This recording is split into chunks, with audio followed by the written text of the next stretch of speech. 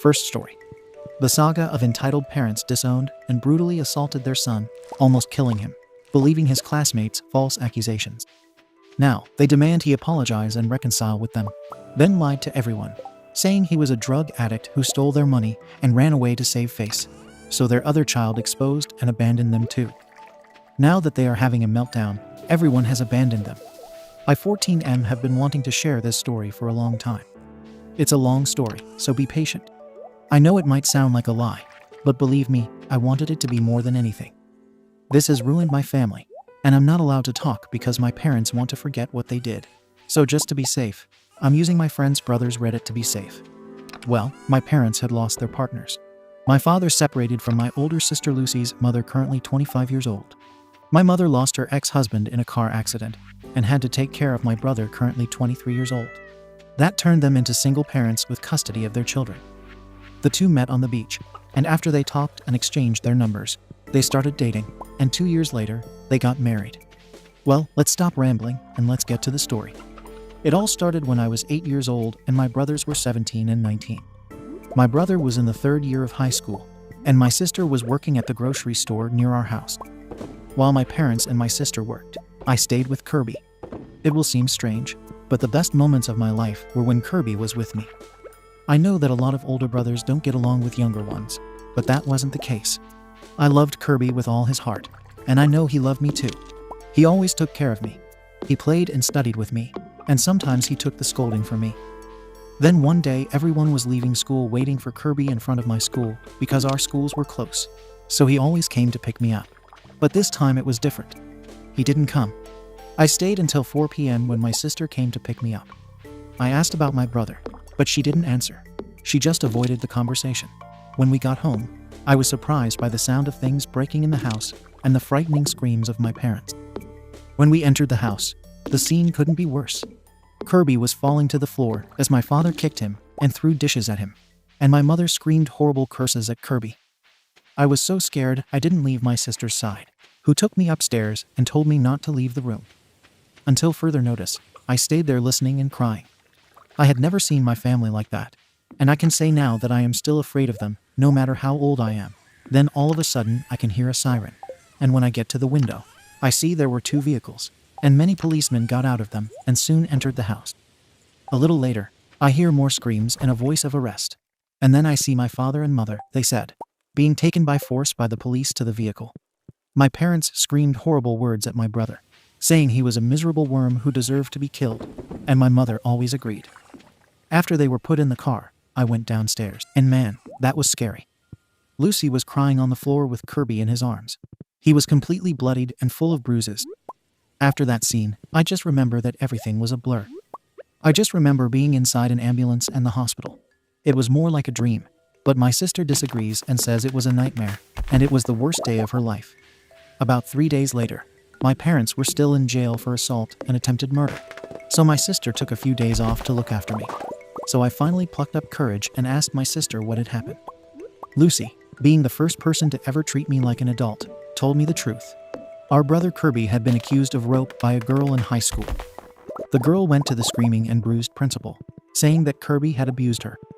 Our parents and the girl's parents were called to school, and even the police were involved. Although Kirby explained to our parents that he didn't do that, they wouldn't listen and took the girl's side. So when the police said they would investigate and run some tests, Kirby and the girl were able to go home. And then what happened? Now my brother was hospitalized with the risk of having major physical problems because the beating did a lot of damage to his body. The next day, the police called my sister to the police station, and she had to take me with her. But what they revealed to us was terrifying to say the least. Apparently it's Karen, the girl who made the report. Just a note. Karen, if you're reading this, know that you are the most despicable person I know. I hope you burn in hell, you bastard. You destroyed our lives. You had made a false report because she and Kirby hated each other at school. And after another fight between the two, she hurt herself and planned to say he hit her. But then the pretty one escalated to a rope, thinking that she could expel my brother from school. But the B made a mistake, told her friends during a video call, and laughed about the situation. What she didn't count on was that everyone would turn against her, except her best friend, who really suffered SOD when she was little, and no one believed her until recently. Karen's former best friend went to the police station and told the police everything, and also managed to record a little of the conversation after the piranha confessed. The police questioned Karen, and for fear of being arrested, she confessed the truth. My sister was pissed off. She wanted to kill Karen at that moment, but the police calmed her down, saying that Karen's parents would have to pay a fine for the false accusation and the slander. My sister thought it was good, but not enough. When we got back home, we were home, and as soon as my sister saw them, she exploded, saying everything that had happened at the police station while screaming, and they listened in silence, getting more and more surprised with each sentence. By the time my sister was done, my mom was already in tears and mine was still paralyzed. And then he did the worst thing to that one. He asked, "Are you sure about this?" Man, that was the worst choice of words I had ever heard. Lucy gave a long speech about how they were bad parents to believe in that situation without any proof. And my dad tried to justify that the girl's word was worth a lot. But my sister didn't refute by saying that without evidence her words were worthless. I know that unfortunately many rope people are called liars when not proven, but this case is different. Karen lied and deceived everyone for a petty reason. I hope you understand. My father was defeated after that, and for several days the house was in silence. It wasn't the same without Kirby. He was the soul of the house. He was good and kind to almost everyone. He always brought joy to all of us. To this day, I don't know how my parents fell so easily on Karen's lips.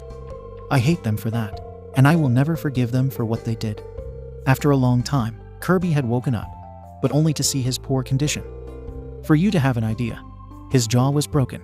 He lost 60% of the vision in one eye. His arm and forearm were broken. His ribs were badly damaged, and he narrowly missed puncturing his lung. His leg was so badly damaged that he will never walk properly again without help. And for him, it presented post-traumatic stress, depression, and anxiety. My brother was never the same. He still feels severe pain and needs to take a lot of controlled medication. He did not speak for weeks, and when he removed the device that put his jaw in place, it didn't change much. He only spoke when we asked a question. He didn't speak when he was hungry, and many times he started crying out of nowhere. I think it was due to the trauma. I wanted to hug him, but his wounds were so severe that it was risky. Many times my parents tried to visit my brother. My mother begged and my father wanted to force us to take them. But my sister forbade them because she knew that the last thing my brother wanted was to see ours. And she told them that, but it wasn't enough. One day, my mother couldn't visit him because of work, and my parents saw that as a good opportunity to visit my brother in secret. I think in their minds it would be like this. Let's visit our son, ask apologies, he accepts, we'll be fine, and we'll be one big happy family again. Haha, their serious mistake. As soon as they entered the room, my brother gave the loudest scream I had ever heard from him. Soon the doctors and nurses entered the room to try to calm my brother, and he said, "Get them out of here, they are murderers. They have come to kill me. Please get him out of here." And soon after he started crying and soon passed out due to stress. Of course, then my parents were expelled and forbidden to see Kirby. That is, only my sister and I were allowed to see him. My mother cried all night, while my father kept putting the blame on our brother, saying that he was exaggerating. After many months of recovery both physically and mentally, Kirby was released from the hospital. My parents had the audacity to ask him to come home, but they got this response. I would not come back to this house, even if it were the last place on earth. From now on, I am also motherless. I hope you both pay for everything you did to me. My brother moved in with his paternal grandparents, who didn't know anything until that moment, and took a protective measure against our parents. He said that my sister and I were welcome to come and visit him whenever I wanted, and we did. If I did, I'm sure I spent more time with him than at home with our parents. But the last straw comes now, when we find out at a family party that my father had lied to our whole family, saying that our brother had dropped out of school to live in the world of drugs, and that he left home taking his things and the money we were saving for my college. That money wasn't even earned by them. It's Kirby and Lucy who are raising money for my college. Kirby has worked a lot of odd jobs, and now he's working and saving money because, according to him, I deserve a better future. My sister and I got pissed. We told the whole truth to our family, who were incredulous and very angry with our father and mother. The only ones who stood by my paternal grandparents, who said that it was human to err, and that my parents did nothing wrong, and that they were just ashamed of what they did. But no one would listen, and they abandoned my parents to the wind and went after Kirby to apologize. Fun fact. Kirby called me the next day asking why people he hadn't spoken to in months came to apologize to him, and he didn't know why. A year after the incident, Karen's parents showed up at our door, asked if Kirby was home, and when we said no, they apologized for what happened and left. But later I found out that what they wanted was to pay his own severance pay to Kirby, giving him all the money that was for college and Karen's car. My brother said thanks, but I don't forgive Karen, and he said he'll never forgive her, and if she ever shows up in front of him, he'll say hello truths in her face. Her parents accepted this and left. Currently, my big brother is much better, but he is not cured. He has many nightmares of that day that lead to anxiety attacks, and it is necessary for someone to go to him to calm him down. I want to be there so much to help my brother so much for me get rid of the toxic environment we call home, so I thought I would move in with Kirby. First, I spoke to my brother. He was hesitant at first, but accepted and spoke to his grandparents, who agreed. I spoke to Lucy, and she thought it was a great idea. But when I spoke for my parents, it was a completely different story. My mother burst into tears, and my father was desperate, saying that everyone had already abandoned them, and now his youngest son too. I got irritated and told him that I had already abandoned him that damn afternoon, and that he would never have me again back. My father, a man in his 50s, always said that crying was for sisses. He started crying like a baby, saying that he had already lost everything, and that he didn't want to lose me too. I couldn't stand that situation, and I left the house and came to a friend's house to vent.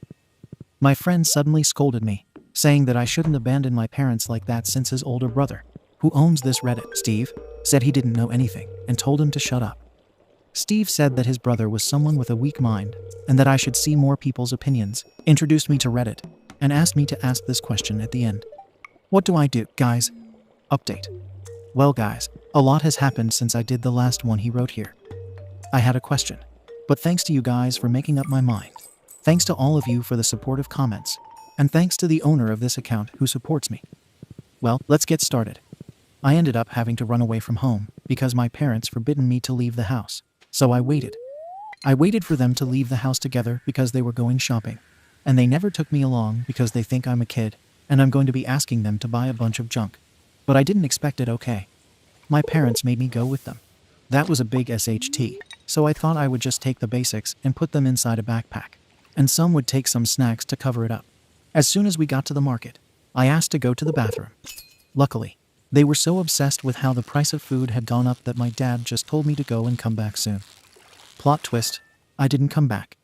I ran away from the market as quickly as possible and took the bus that came closest to Kirby's grandparents' house. When I got there, it was Kirby's grandmother who received and told me to be at ease, while Kirby and her grandfather didn't come home. When they arrived, I told everything that had fallen up on Reddit, and my brother's reaction was not what I expected. He said that I was very irresponsible for running away, and that it was dangerous because something could have generated. It may even seem to come in, but I like it when he scolds me. It shows that he cares about me, unlike our parents. I could disappear for 3 days, and they wouldn't miss me. That already happened, and they just got mad when they found out I had a brother. I accepted the scolding in a good way and asked if I could stay. He said, "You will come back here even if I send you back to their house, so you better stay." I was very happy and hugged him. His grandparents were also very happy with my brother's decision, but my joy disappeared when he said that I would have to notify my parents. I protested as much as I knew they would come for me, but my brother said, "But they are responsible for you, and if you don't tell them, they can call the police and say that I kidnapped you, and that I'm holding you hostage." I called my mom. She barely answered and started screaming at me, asking where I was. When I said where I was, they got even more pissed off and started screaming in an alien language in a way that everyone around me could hear. I could have stood there listening to them yell at me, but I hung up when I realized that Kirby was uncomfortable with the yelling. After the aggression, he became sensitive to screaming. He cursed my parents for what they did to him. I got angry and said that they could come and take me by force.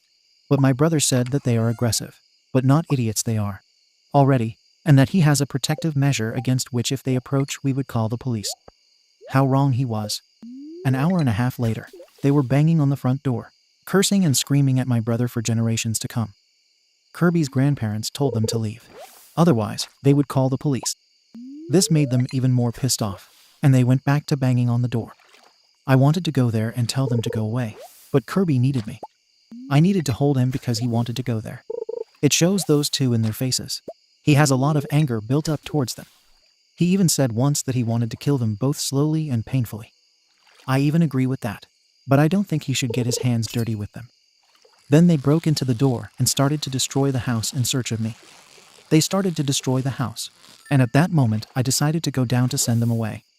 I was asking my brother to calm down so that I could go down and leave him safe. Then my mother gave a scream, the loudest I had ever heard from her, and my father had shut up. After convincing my brother to stay in the room, I went downstairs, and the scene couldn't be more depressing. My dad was slumped and shaking on the floor, while my mom was over him, crying and calling to him in vain. I looked at Kirby's grandparents, and I saw that the grandfather was holding a teaser. I think we all know what happened, right? When my mother saw me, she started screaming, "You see what they did to your father? Call police. They must be arrested." I replied, saying that if I called the police, the one who would be arrested would be her for breaking the rules of the protective measure, which she ignored and continued to scream for us to call the ambulance for her husband. We ignored her, and we said that as soon as my father recovered, they were to leave and never come back. When my father was returning to his normal self, he was strangely silent. He was totally beaten and defeated. Then suddenly my brother had come down, and my mother immediately attacked him, which gave me this beautiful dialogue. Mad mother against angry brother. She started blaming him for everything, saying that he was the reason that all our relatives had abandoned her, and that her children were turning their backs.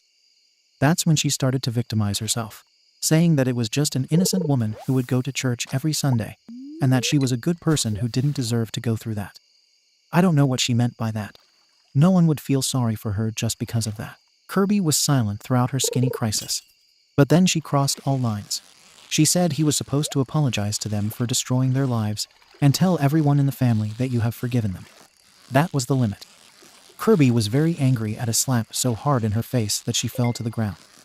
My mother started screaming again, but Kirby told her to shut the F up, or he would break her teeth on the base of the cane. He screamed a lot, all the things he'd held back all these years, about how miserable people they were, and how they dug their own graves, and how they didn't deserve to have anyone around them. And when they die, he's going to make a point of pissing on their coffins. My mom started to get even angrier and got up to hit Kirby, but I pushed her against the wall. She started yelling at me too, saying I would go to hell for abandoning her, calling me a disgusting gay who would go to hell. Curiosity. I'm bisexual, and I made the mistake of telling my parents. Surprisingly, my father was okay with it. My mother was really pissed, saying I would go to hell and forbade me to be bisexual. She even introduced me to her daughters, her friends at church. It's disgusting and makes the girls uncomfortable. The funny thing was that when I told it to my brother, he just said, "So you give me a nephew, let's be cool." My brother started to send them away, and that they should pay for the damage they did to the house. Otherwise, we would file a complaint. My mother started laughing, saying that I wouldn't have the courage to report my own mother. I said that what I have most is courage, and that I would have the satisfaction of seeing her arrested again. So she made a bunch of excuses saying that we didn't have proof. But my brother refuted her, saying that they were the very proof that they were there, because besides fingerprints and cameras, he had video evidence of what had happened. It took a little longer before she accepted her defeat, and soon they left. But my brother wanted to leave the icing on the cake.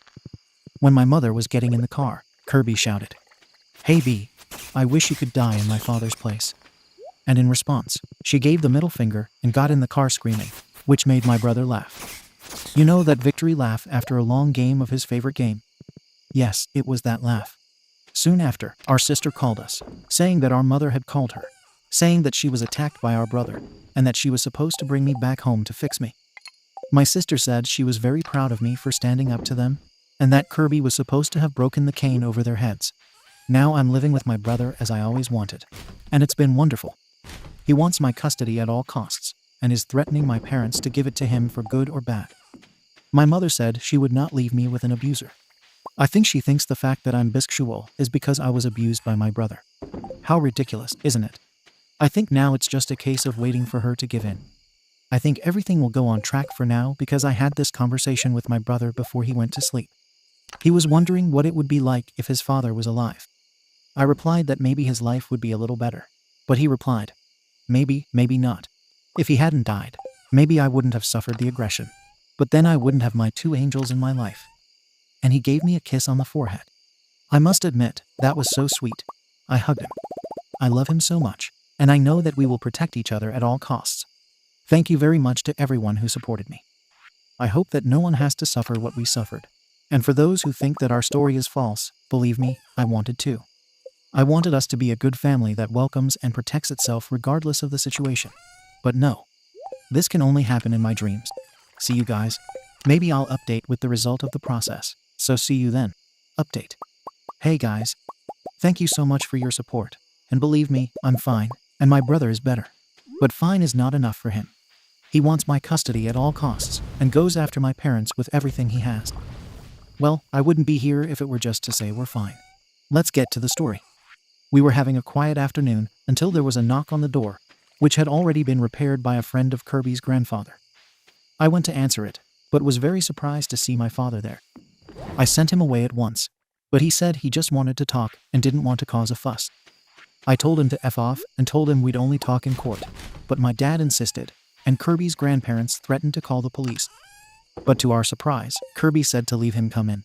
We questioned him, but he just said my dad was a pushy idiot, and he wouldn't go away easily, so it was better to let him in to get it over with. So we let him in, but we were prepared. In case he got aggressive, we would go to him. Kirby sat at the kitchen table.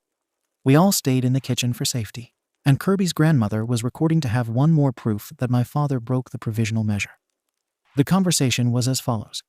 Kirby, very brave of you to come back here after all you've done. Father, I'm sorry. I swear I'll pay for all the damage. Kirby, pay? Of course. You can solve everything with money, right? But I'm not talking about material goods. That's replaceable. But what you did to me is priceless. Father, I know, I'm sorry. I swear I would give my life to go back in time. I would do everything differently. Kirby, yeah, but unfortunately you can't go back in time. And the damage has already been done. You destroyed me. You destroyed your family. Father, but it was an accident. If you had told us from the beginning, maybe it would have been different.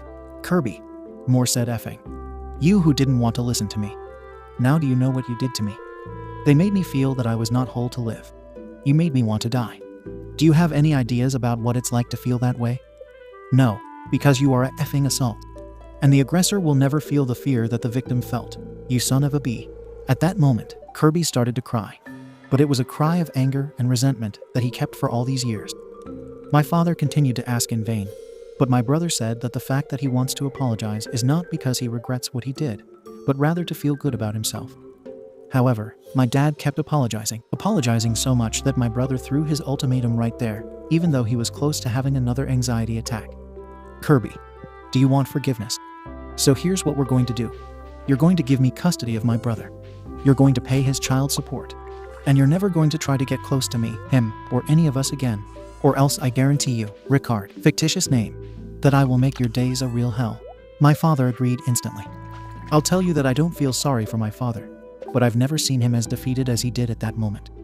I think the shock of his actions finally hit him hard, but I don't feel sorry for him. He deserves this. He deserves to feel the misery he caused our family. Soon after all this, he left, saying he was going to try to convince my mother to give up my custody. He also asked me for forgiveness, but I just ignored him. So at the exact moment he walked out the door, my brother broke down. I think his courage had dropped at that moment. He started crying and was on his knees on the floor, hyperventilating and sweating very cold. We took him through the room so he could lie down. We gave him his medicine for anxiety, but nothing seemed to help. I called my sister and told her everything that had happened. She came immediately, and we all stayed in the room trying to calm him down. My sister kept saying that my brother was one of the bravest people we knew. However fearful he was strong enough to stay in the same room as my father, his abuser, and his murderer. After many hours, my brother finally calmed down and managed to sleep. Just in case Lucy and I slept together with him because he could have many nightmares after that. But of course nothing could end like that. My mom called us hours later, asking what that demon Kirby had done to her husband. She was accusing my brother of having bewitched her sweet husband, and that now he wanted to give everything to him. My sister just told her to F off and said that at least one of them had come to their senses. Well again, I hope everything works out and my mom finally comes to her senses and does the right thing. Thanks so much for everyone's support. And thanks to you, Steve, who owns this account and has always been there for me since I told my history. Well, I'm going. I'll send you anything. See you later. P.S. For those wondering why I use fake names, I don't want my brothers to have their privacy invaded by fake names. Update. Hey guys. It's been a while. Well, you deserve at least the latest update. And I can say I'm so happy because it's finally over. It's really over. And I'm free of that place and those people. Well, let's update that you liked it. My mother didn't want to give up custody in any way. My father threatened her in every possible way, but she didn't care. She said she would never give up on me and that she would do anything to get me back. So since she was not giving in, we resorted to psychological pressure. We informed everyone in our family about what was connected and how my brother wanted custody of me. My family understood, and they attacked my mother directly, saying that it was the least that she and my father should do for the past SHT. However, my mother blocked all of our family, saying that my brother had spelled them all. Typical. The reason is seen as witchcraft, but my mother proved to be a totally understandable and out-of-control person. A week after I moved in, she called me, and she said in that overbearing Karen tone, "I'll give you two options. You're going to come home without complaining, and we're going to forget about it. Or you're going to come back, and that plague is going to happen.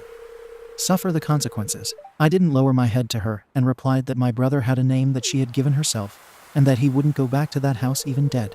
So she hung up on me. I was afraid that she did something wrong. Kirby. So I called to let him know. He said not to worry, and let him know if anything happens. The police knocked on our neighbor's door, an elderly lady, very kind in fact. The police had been called by a call of abusive minors in the house, and because they didn't think they left, I was quick to put the pieces together. My mother called the police, but she is in such an advanced state of insanity that she got our address wrong, which made the police go to the wrong house.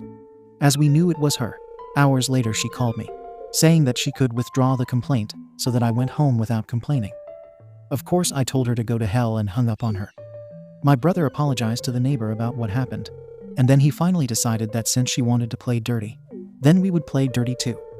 We used our last weapon, our maternal grandmother, the only person we know my mother hates more than my brother. It was difficult to find her contact because, unfortunately, our grandmother simply hates me and my sister for the simple fact that we are our father's children. Yes, she is the typical grandmother who has her favorite grandson, which in our case is Kirby, which gave us an absurd advantage. After literally hunting down her number or address, we finally found her. So my brother called her and told her literally everything from the assault to our current problem, and with the question if she could help my brother. And her only response from Grandma was that she would be here as soon as possible. And believe me, an hour and 30 minutes later she arrived in our city, which was good because my brother only asked her to put my mother on the line, and she agreed to the deal. Which she agreed to do and went straight to my parents' house for a surprise visit, which my mom just hates, and called me and Lucy asking if my brother had anything to do with it, which we just ignored her. It was even fun. Our grandmother was driving our parents crazy on purpose, and they couldn't fight back because I know my mother is greedy, and my grandmother has a good amount of land that, if sold, could support someone for a long time. That's right, in addition to arseholes, idiots, and psychopaths, my parents are also greedy. I think my brother must have fallen into the wrong family, because it's just impossible. And after 2 weeks of torture for our parents, then my mother finally asks when she would leave. She replies that she would only leave when my mother finally gave up custody of me, which my mother did not agree with and started wanting our grandmother to leave. So she played the final card, or my mother would give up out of my custody, or she was completely out of her will. Son or money?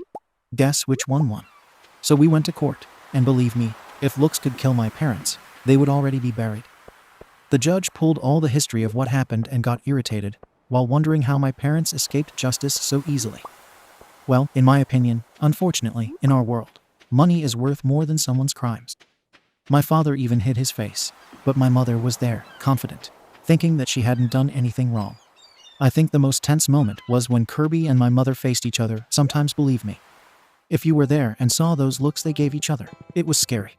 Guys, I sometimes forget that these two used to live together. My mother could pretend to be normal and be your friend, but she is fake and manipulative. If you do or say something she doesn't agree with, you are seen as a threat and are extremely criticized for it. My brother, on the other hand, has such an open mind that it almost scares me. He can make friends with almost any type of person. If you ever see a young man using a cane and he smiles and waves, you can be pretty sure it could be my brother. So answer me, why, until now, I could not understand.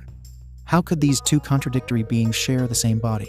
Going back to the process, it was very complicated, but at the same time it was fast. After all, my parents didn't dare to fight for me.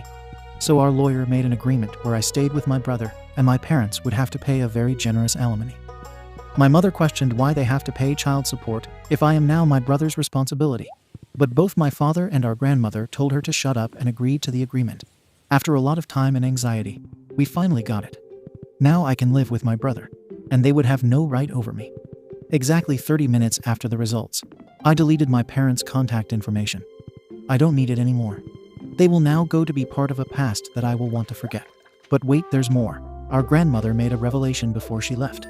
My mother this whole time was never in the will. Our grandmother took her away right after she married my father. It was even funny. She literally traded it for something she will never have. The only person in her will is my brother. And you have no idea how good that is from my point of view. Our brother, our Kirby, got everything he wanted and deserved. No, I don't know if I call it divine justice or something like that. But yes, he deserved it. And we couldn't be happier for it.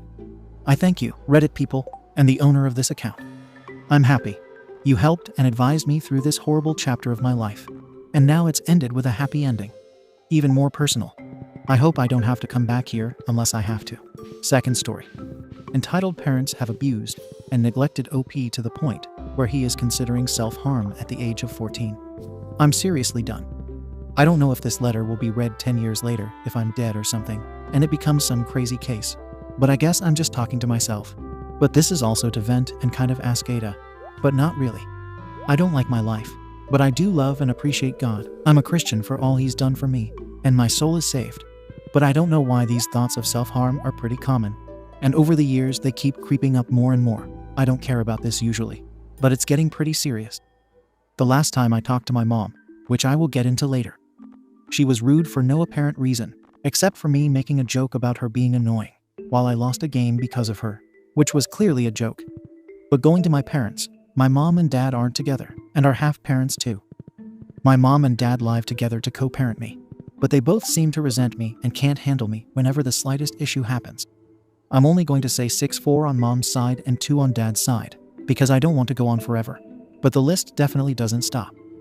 This is a disclaimer that they do have very nice moments, and I don't know if it's considered a good or bad relationship, but they definitely get logged out quick. Like I said, here are 5 events from my mom's side.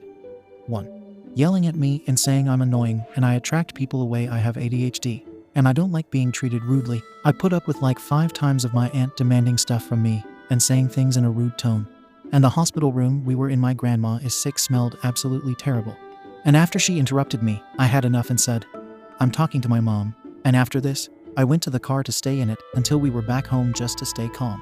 But my mom said I'm isolating. And no wonder I attract people away from me. I'm 6 foot 220 pounds. So if I wanted to be rude, I could. But I was being nice. And she knew her words hurt because I have social awkwardness and ADHD. 2. Getting mad over not wanting to play video games for 2 hours with my nephew. Sadly, my brother passed away, and he was a mostly nice brother. This is important for later. But I get along great with my nephew and do spend time with him. But I get 100 guilt trips about playing with him because he's my brother's kid. And even after I play for an hour, even though he only likes 2 games I don't even like. This also makes me wonder if she's genuine because she doesn't discipline him, even though he might punch me or kick my stomach. And she also sticks to a routine of calling him every day. But I think this is so she feels good doing it. Not because it's fun. I used to play Minecraft a lot, and she never cared. And he's 7. 3. Comparing me to my brother. Now this one goes home the most. My brother was nice and had good moments, but she loves to be rude and bring these up. But she is very lucky. I don't say things he did as well back. And the funny part is I'm 14, so his moments were so bad, I know, and I wasn't even alive. I am an introvert who works from home and has all as in B's every part of the year. I'm respectful clearly. I stay to myself and talk nicely. I also play video games, and I am bored sometimes, but I'm nice. The only thing I'm not good about is an occasional messy room, which my dad tortures and makes me cry over. Then mocks me crying over after making me clean it spotless and being insanely rude. But going into my brother, I was a fat kid still and who got rejected by most people and wasn't insanely happy, but was all right. But I used to go into his room to ask to play video games. I would be rejected rudely. And when he did play, it was forced but fine. I guess I don't know why I wanted his approval, lol. But I was going through his camera roll after he passed and realized he was having jack-off sessions while I was crying in my room and also as texting with girls. But as somebody unknowingly self-harming. This for sure helped my confidence after I knew. He also had been in jail while he was the same age as me. And my dad actually knew him before he met my mom, not his child, because he was doing community service. But to hell with me because I leave my room messy. But you keep acting like he was the greatest brother and son, because he picked me up from school, barely talked to me, and was nice to you even though he called you SHT and was definitely rude to you. But let's forget how you always favor everybody else in my family with these mental health bullshit. But get mad at me because my room is messy and I'm socially awkward. 4. Me being the unwanted child, even though I was planned. What I mean by this is favoring my siblings. But now I will get to my sister, because you saw my brother's examples of favoritism. It was also like this when he was alive. My sister is very rude, and is also a master guilt tripper. The point of this was how my sister is very rude in tone to my mom and me. But I ignore her, or don't put up with that. But I help console my grown mom when she's rude. My sister and I give the same amount of bills to the house 0. Because I'm 14, but she's 26 lol. She likes to live her best life and party and eat better than some millionaire people do, while working at a $17 an hour job. But don't worry, my mom will let her stay rent-free and foot $6,000 out of her retirement fund to her unpaid-off credit cards. My sister will just have to go crying and saying she's got an unalive mentality. She posts party pics every day and has a huge group of friends while being able to do all this and go to college. I actually did this cry tactic, and it worked. But I stopped because it's wrong. But my brother did the same thing as well. I don't say this because I'll get guilt-tripped. But don't worry, because you can talk to me about anything. Useless words, lol. Now onto my dad. 1. Making it to where I was so distressed, I brought a knife into my room over Kobe Bryant being better than Bill Russell, a pretty good opinion. But I'm not debating NBA RN law. He told me not exactly, but saying how I have no friends, and that I'm stupid and don't know SHT. I think after he told me to shut the F up as well after being proven wrong. This also made no sense since he brought it back up. 2. Guilt tripping and being weed addicted. My dad is pretty weed addicted and is emotionally abusive without it. But even 1 second if somebody says excuse me in a rude way, he will say, FN word, I'll put you in a box and try to scare me. He also left me in the car in the hood when I was like 10 because he was going into the gas station while getting weed and was in there for like 12 minutes. It's such a joke though, because in the guilt tripping part, he will act depressed and say he has no friends and talk about people who passed away, which is sad. But he and my mom blow way over the water. Not my mom, because it is very sad her son, my brother passed, and my uncle plus more. But I'm saying other things. Thanks for letting me vent, and I want advice. I wouldn't want to go without contact, and I cannot and would not want to. But I need ways to fix the problem. I'm also 14, so I have way less to say so. Secret voices. Hey OP, I don't know if you are listening to this or not. But if you are, please hang in there. Life is so much more colorful than we can ever imagine. From what you said, it isn't normal, and you should try getting therapy or talking to an adult. It's hard to live in this situation, but trust me, you will be great after moving out. Please hang in there. Thank you for watching the video. If you are interested in listening to these kinds of stories, we've got more in store for you. Simply subscribe to our channel, hit the like button, and share it with your friends.